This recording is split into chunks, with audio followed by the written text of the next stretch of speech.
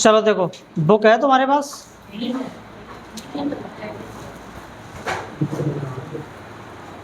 हाँ, तो हम लोग अभी बुक में इस वाले पेज पर है ना, बौद्ध ग्रंथों में बौद्ध ग्रंथ किस प्रकार तैयार और संरक्षित किए गए थे, ठीक है। इसके बारे में कभी कोई क्वेश्चन पूछ लेता है। वैसे हमारा टॉपिक ये था, इनको हमें नहीं पढ़ाना चाहिए था, पर ठीक है पढ़ा दे रहा हूँ, ठीक है। तो देखो, आप लोगों से अगर क्वेश्चन पूछेगा तो वो क्वेश्चन की फॉर्मेट में लिखा हुआ है आज, तो है ना, क्वेश्चन ही लिखा हुआ है। क्या लिखा हुआ है? बौद्ध ग्रंथ किस प्रकार तैयार और संरक्षित किए गए थे, है ना। वैसे तो पूछेगा नहीं, पर शायद पूछ ले तो पूरा का पूरा यही आप लोगों को क्या कर देना, छाप देना है, ठीक है। हो नहीं पाया अभी तुम्हारा भी। महात्मा बुद्ध, महात्मा बुद्ध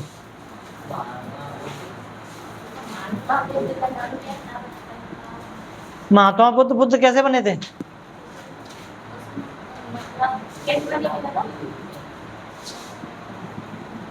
सोलह साल की उम्र में उनकी शादी हो गई थी। मतलब उनकी पहले तो माँ मर चुकी थी, उनकी मौसी ने पाला था। हाँ। फिर उसके बाद 16 साल की उम्र में शादी हो गई, फिर ना 1-2 साल मतलब अपने बच्चे बीवी को छोड़ के और चले गए थे घर। फिर उन्हें शिक्षा ली पीपल के पेड़ के नीचे। चलो मैं बताता हूँ, ठीक है। तो क्या हुआ, इनका जन्म शायद एक शाक्य परिवार में हुआ था, है ना। शाक्य नामक एक वंश था, उसमें इनका जन्म हुआ था। तो इनके पिताजी को डर था कि भाई कोई बच्चा है नहीं हमारा, और ये इकलौता बच्चा है ना, तो ये कहीं छोड़ छाड़ के ना चला जाए, है ना। तो उन्होंने उसमें पूरा का पूरा व्यवस्था कर रखी थी उन्होंने उसमें पूरी की पूरी व्यवस्था कर रखी थी महल में, कि इसको महल से बाहर कहीं ना जाना पड़े। सारी की सारी फैसिलिटी, सारी की सारी सुविधाएं उन्होंने अपने महल में कर दी। बाहर की दुनिया को ये देख ही ना पाए कि बाहर की दुनिया कैसी है, ताकि कभी इसका जाने का मन ही ना हो। जिन जिन चीज़ों की ज़रूरत पड़ती थी वो सारी की सारी चीज़ें उसको कहाँ मिल जाती थी, महल में ही मिल जाती थी, बाहर जाने की ज़रूरत ही नहीं है। एक दिन क्या हुआ, उसकी इच्छा हुई कि भाई मुझे बाहर जाना है घूमने के लिए, है ना। तो उन्होंने अपने एक मंत्री को, किसी को, सैनिक वैनिक को बोला कि आज तो चलो यार, मन कर रहा है घूमने का, चलते हैं आज तो बाहर चलते हैं कहीं घूमने के लिए। तो फिर वो सैनिक लेकर के जाता है रथ में बिठा करके उनको बाहर। तो जब बाहर जा रहे होते हैं तो उनको 3-4 दृश्य दिखते हैं। 4 दिखते हैं, हाँ। कौन कौन से 4 दृश्य दिखते हैं? बीमार होता है, एक बीमार व्यक्ति दिखता है, एक मृत होता है, एक बीमार व्यक्ति होता है, और एक भिखारी होता है, और एक होता है तुम्हारा कौन, सन्यासी, है ना, सन्यासी। तो ये जब ये मृत आदमी को देखता है तो मृत आदमी को 4 लोग कंधा दे करके ले जाते हैं। कुछ रोते हुए जाते हैं, कुछ चिल्लाते गाते हुए चले जाते हैं। उसने देखा कि भाई क्या चल क्या रहा है ये समाज में, है क्या ये सब चीज़ें, मैंने तो आज तक कभी देखी नहीं महल में ऐसा कुछ होते हुए, है ना। फिर फाइनल एक व्यक्ति मिलता है जो था एकदम फक्कड़ सन्यासी आदमी, है ना। वो सन्यासी आदमी कैसे होते हैं, उनको कोई टेंशन नहीं होती घर बाहर की, है ना। घर पर बीवी बच्चे कैसे हैं कैसे नहीं है उनको कोई फर्क नहीं पड़ता, मर रहे हैं मर जाएं, जी रहे हैं जी लें, उनको कोई लेना देना नहीं होता है। और वो अपने आराम से बढ़िया मस्ती में मस्त रहते हैं। तो उसके दिमाग में आया भाई ये आदमी कौन है ऐसा जिसको कोई दुख तकलीफ नहीं है, ये मस्त है, इन 3-4 से तो ठीक ही है, अच्छा रह रहा है। तो फिर घर आते हैं, और घर आकर के अपनी उनकी शादी हो गई थी। पत्नी से कहते हैं कि भाई अब तो हम बोनिया बिस्तर बांध के और यहाँ से निकल रहे हैं, जा रहे हैं। एक छोटा सा बच्चा भी था, उनका नाम क्या था उसका? राहुल। हाँ राहुल। तो वो ऐसा उनसे कह के घर से और निकल देते हैं और जाते हैं किसकी खोज में, ज्ञान की खोज में। यही जो 4 और 5 और लोग देखे, बाहर की दुनिया देखी, तो उसके माइंड में एकदम लग गया कि भाई नहीं, अब तो मेरे को ये क्या करनी है, दुनिया जाननी है। निकल पड़ते हैं ज्ञान की खोज में अपने कुछ चेले चपाटों के साथ में, चेले चपाटे क्या अपने कुछ साथियों के साथ में, है ना। तो बिहार में एक जगह है, वहाँ पहुँचते हैं और तपस्या करते हैं। तपस्या क्या, बैठते हैं, ध्यान करते हैं और खाना पीना एकदम सब कुछ छोड़ देते हैं। और इतने में वो जो 4-5 लोग थे, वो तो इनकी तपस्या को देख करके भाग आए कि भैया हम नहीं झेल पाएंगे, हम तो मर जाएंगे भूखे प्यासे, ऐसे तपस्या करी तो, है ना। तो वो लोग 4-5 छोड़ के भागे आए, बच्चे अकेले बुद्ध अकेले रह गए अब, है ना। इनको भी बाद में समझ में आ गया कि भाई अगर ऐसे ही मैंने तपस्या करी तो मैं तो मर गया, है ना। तपस्या के लायक जिंदा भी तो रहना पड़ेगा, उसके लिए कुछ खाना पीना भी तो पड़ेगा। तो इनको समझ में आया कि भाई मुझे खाने पीने को नहीं त्यागना चाहिए। फिर इन्होंने खाना पीना वापस से शुरू किया और खा पी करके बढ़िया आराम से भजन करते थे, आराम से तपस्या में लीन होते थे, ध्यान लगाते थे। इसने जब ये 4 दृश्य देखे थे, उन चारों दृश्यों को देख करके बुद्ध का मन क्या हो गया था, उछट गया था। उछट का मतलब लग नहीं रहा है घर में, क्योंकि घर में 4 दीवारी में रहे हैं, महल के अंदर रहे हैं, ये सारी चीजें देखी नहीं थी, है ना। तो वो फिर क्या होते हैं, एक दिन अपनी पत्नी से कहते हैं कि भाई मुझे तो क्या करना है, यहाँ से निकलना है ना, सांसारिक जीवन को छोड़ना है। तो इसको अपन बोलते हैं महाभिनिष्क्रमण। एक टर्म याद रखना, रिनुंसिएशन बोलते हैं महाभिनिष्क्रमण, है ना। नहीं होगा तो मैं अभी लिखा दूंगा आप लोगों को, ठीक है। क्या है महाभिनिष्क्रमण? तो हुआ ये था, जब ये ज्ञान की खोज में निकले थे, है ना, तो अपन मैंने जैसा कि आप लोगों को बताया, कुछ मॉन्क्स के साथ गए थे, कुछ साधुओं के साथ, अपने बच्चों के साथ में गए थे, लेकिन इनको ज्ञान की प्राप्ति हुई नहीं। काफी टाइम तक इन्होंने ध्यान मग्न लगाया, अपना एक गुरु भी बनाया जिसका नाम था अलार कलाम इनके गुरु का नाम था। तो याद रखना, अलार कलाम, है ना। अनारकली मत रख देना बस, ठीक है। हैं? हाँ, अनारकली तो याद आ गई उधर को तुरंत। रामकली, कौन है रामकली? है कौन है? तो इसने, महात्मा बुद्ध ने इतनी कठोर तपस्या की कि जल अन्न सब त्याग दिया और अपना पूरा का पूरा शरीर सुखा दिया, मरते मरते बचे। तब इनकी समझ में आया कि भाई ऐसे ज्ञान की प्राप्ति नहीं होती, कुछ खा पी लो उसके बाद भजन करेंगे, है ना। पहले पेट पूजा, बाद में काम दूजा, है ना। तो आप लोग देखेंगे बुद्ध के फॉलोअर्स सबसे ज़्यादा क्यों बढ़े, वो इसीलिए बढ़े क्योंकि हमारे यहाँ पर जो भगवान की पूजा करने के लिए जाते हैं तो खाली पेट जाते हैं कि नहीं जाते? जो व्रत रखते हैं वो खाते नहीं है, वो कहते हैं फालतू के नौटंकी करना बंद करो, है ना, ठूस के खाओ पियो, उसके बाद भगवान के पास जाओ। तो लोगों को लगा भाई ये तो बढ़िया है यार। जो जैनों को फॉलो कर रहे थे, जैन महात्मा महावीर जैन को फॉलो कर रहे थे, वो छोड़ के आ गए कि नहीं भैया ये नहीं जमता हमको। ये तो कहते हैं भैया तुम बाहर भी निकल रहे हो तो मास्क लगा के निकलो, है ना। चींटी का भी मर्डर नहीं होना चाहिए तुमसे, एक मच्छर भी अंदर नहीं जाना चाहिए, अरे वायरस बैक्टीरिया कुछ भी अंदर नहीं जाना चाहिए, है ना। उनकी जो है ना वो था ना धर्म फॉलो करना, जैनों का बहुत खतरनाक होता है। वो अच्छे लोग उसको फॉलो नहीं कर पाते। अच्छा जैन, सच्चा जैन, है ना, कहीं खेती नहीं करता। क्यों? क्योंकि खेती करेगा तो जुताई करेगा तो बहुत सारे कीड़े मकोड़े उसमें मारे जाएंगे, और वो हिंसा के एकदम, है ना, विरोधी है। हिंसा नहीं होनी चाहिए किसी भी जीव के प्रति, है ना, हिंसा नहीं होनी चाहिए।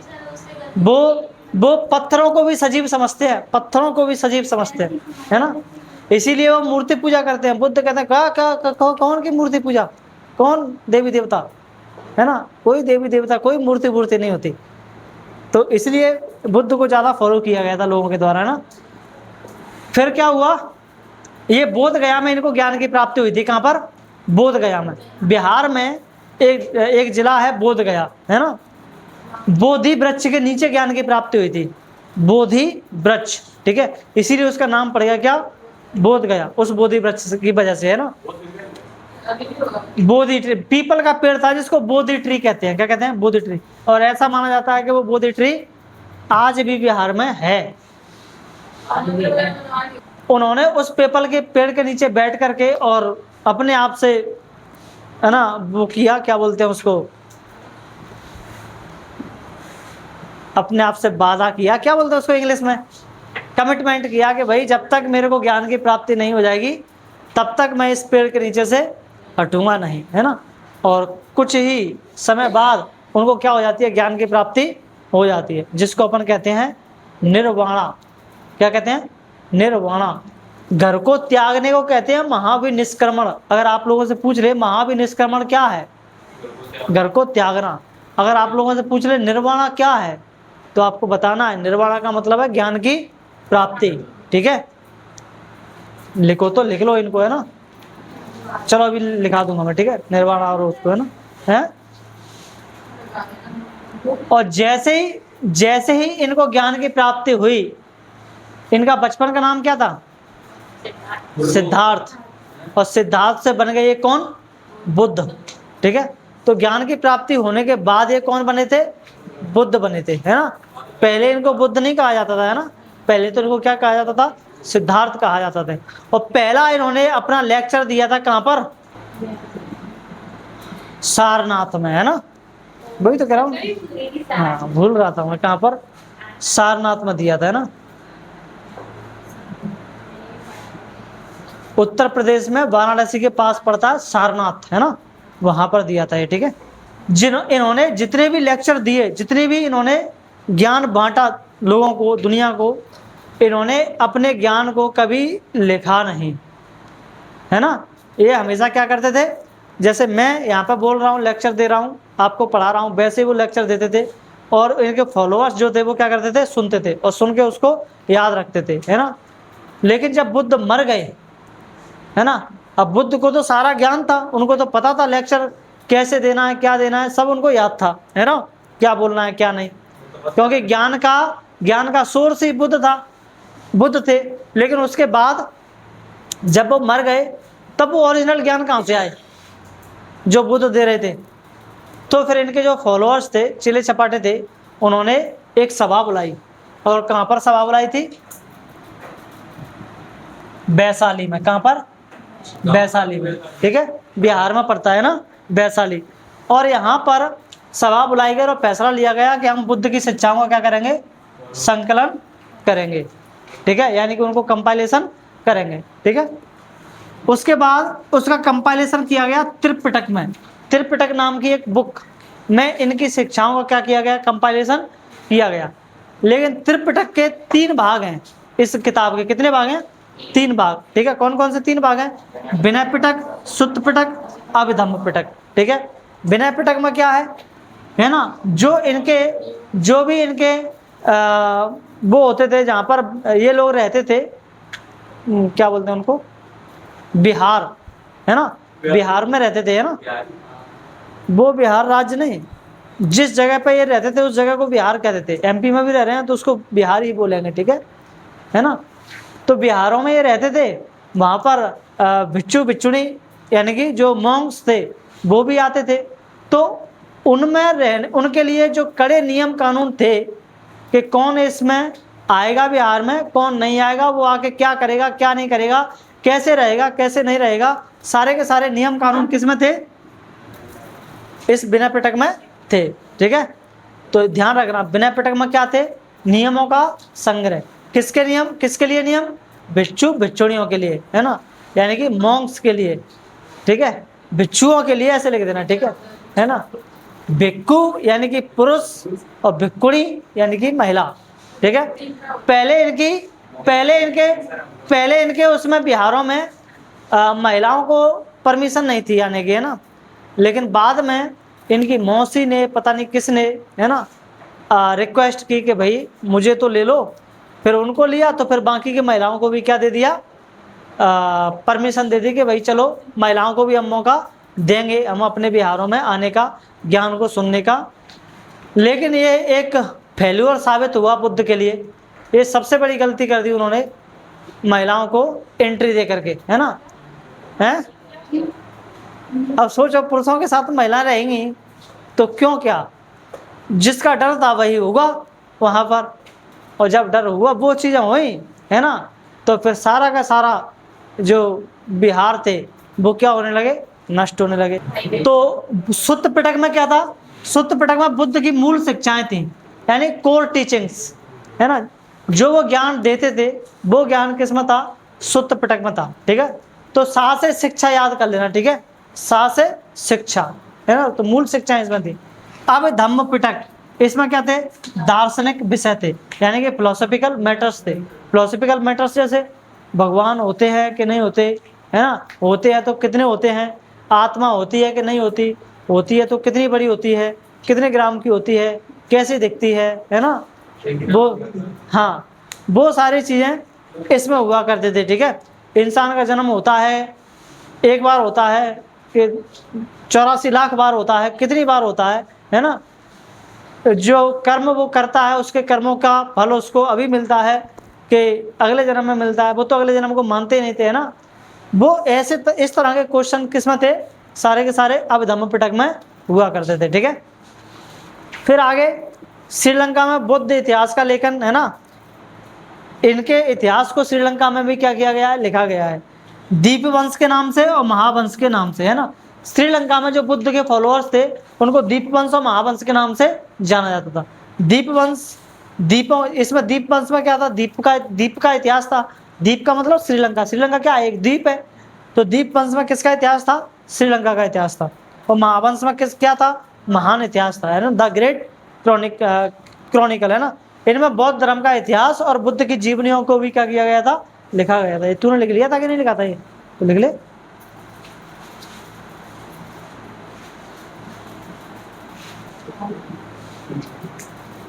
ठीक है, उसके बाद संरक्षण किसने किया था बुद्ध की शिक्षाओं का, तो संरक्षण एक तो इन्होंने किया ही था बुद्ध के शिष्यों ने, है ना, ये किताबें लिख करके। और किसने संरक्षण किया था, तो और देखो ये चीनी यात्री भी थे, है ना, और देखो ये श्रीलंका में भी हुआ था, श्रीलंका में भी संरक्षण किया गया था दीपवंश और महावंश में, है ना। और चीन में भी 2 यात्री जब उन्होंने बुद्ध के बारे में बहुत सारा सुना तो वो भी भारत में आ गए, है ना। और इनकी किताबों को, इनके टेक्स्ट को, इनकी पांडुलिपियों को यहाँ से कहाँ ले गए, चाइना में ले गए। और चाइना में ले जा करके उन्होंने अपनी भाषा में उनको क्या किया, ट्रांसलेट किया और उनके ज्ञान को सहेज करके रखा। ठीक है, तो इस तरह से बुद्ध के ज्ञान को क्या किया गया है, संरक्षित किया गया है। ठीक है, चलो कुछ क्वेश्चंस बताओ मुझे। बौद्ध संघ के भिक्षुओं के लिए बनाए गए नियमों का संकलन किस पिटक में मिलता है, बिना पिटक में, है ना। श्रीलंका के उस प्रसिद्ध ग्रंथ का नाम क्या है जिसका शाब्दिक अर्थ है द्वीप का इतिहास, दीपवंश, है ना। अगला क्वेश्चन है, आप लिखो ना, इसका आंसर लिख के लेके आना। लिखो एक क्वेश्चन, लिखो क्वेश्चन, त्रिपिटक से क्या आशय है, त्रिपिटक से क्या आशय है, इसके 3 भागों की, त्रिपिटक से क्या आशय है, इसके 3 भागों की संक्षिप्त विवेचना कीजिए। What is meant by Tripitaka, what is meant by Tripitaka.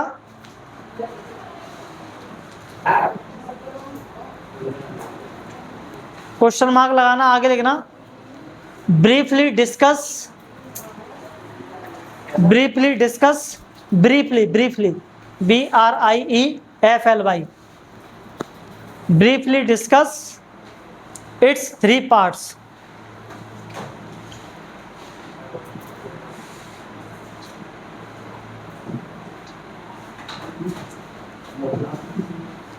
देखो यहां पे ऐसे लिख लो, 3 टोकरियां,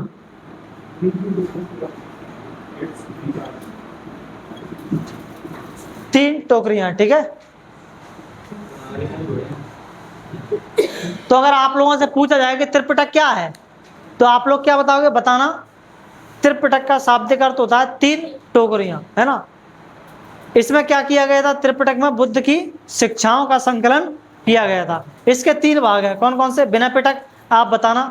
इसमें जो तुम्हारे बौद्ध वो होते थे बिहार, है ना, उनमें रहने वाले भिक्षु भिक्षुणियों के लिए क्या थे? नियम कानून थे, ठीक है। फिर बताना दूसरा था सूत्र पिटक, इसमें बुद्ध की मूल शिक्षाओं का क्या किया गया था? संकलन किया गया था। फिर बताना अभिधम्म पिटक, इसमें क्या थे? दार्शनिक विषयों को रखा गया था, ठीक है। बस इतना कर देना है, लिख पाएंगे?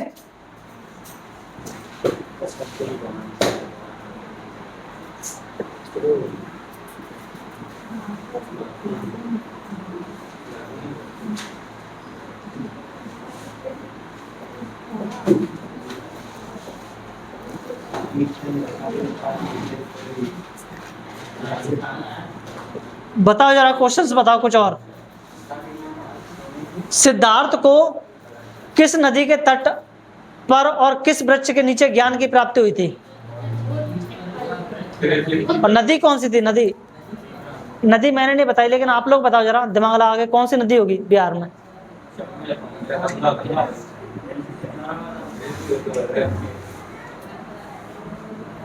देश की सबसे प्रसिद्ध नदी है गंगा, है ना। गंगा तो जाती है वहां से, उत्तराखंड से निकलती है, यूपी बिहार होते हुए वेस्ट बंगाल में चली जाती है, उधर फिर निकल जाती है तुम्हारी पश्चिम, उसमें क्या नाम, बांग्लादेश में, है ना, और फिर बे ऑफ बंगाल में, बंगाली खाड़ी में, है ना। तो ध्यान रखेंगे कौन सी नदी के किनारे? गंगा नदी के किनारे। और वृक्ष कौन सा था? पीपल का वृक्ष, इसको क्या कहते हैं? बोधि वृक्ष, ठीक है, बोधि ट्री। अगला क्वेश्चन है, सिद्धार्थ ने किस आयु में सांसारिक सुखों को त्याग कर महाविनिष्क्रमण किया था? महाविनिष्क्रमण का मतलब क्या होता है? गृह त्याग। क्या होता है? गृह त्याग। तो गृह त्याग कौन सी आयु में किया था? बताया नहीं था मैंने?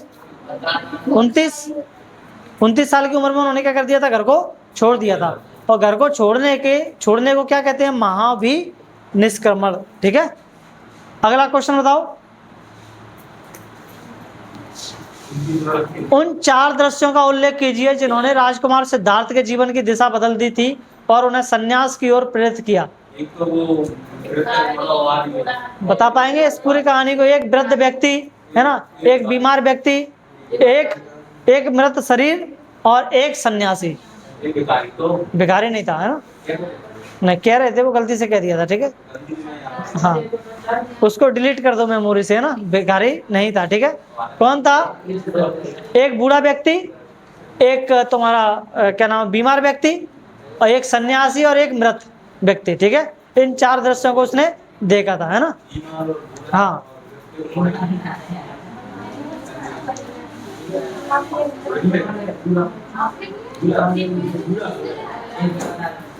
चलो फिर आगे का कल पढ़ते हैं, ठीक है।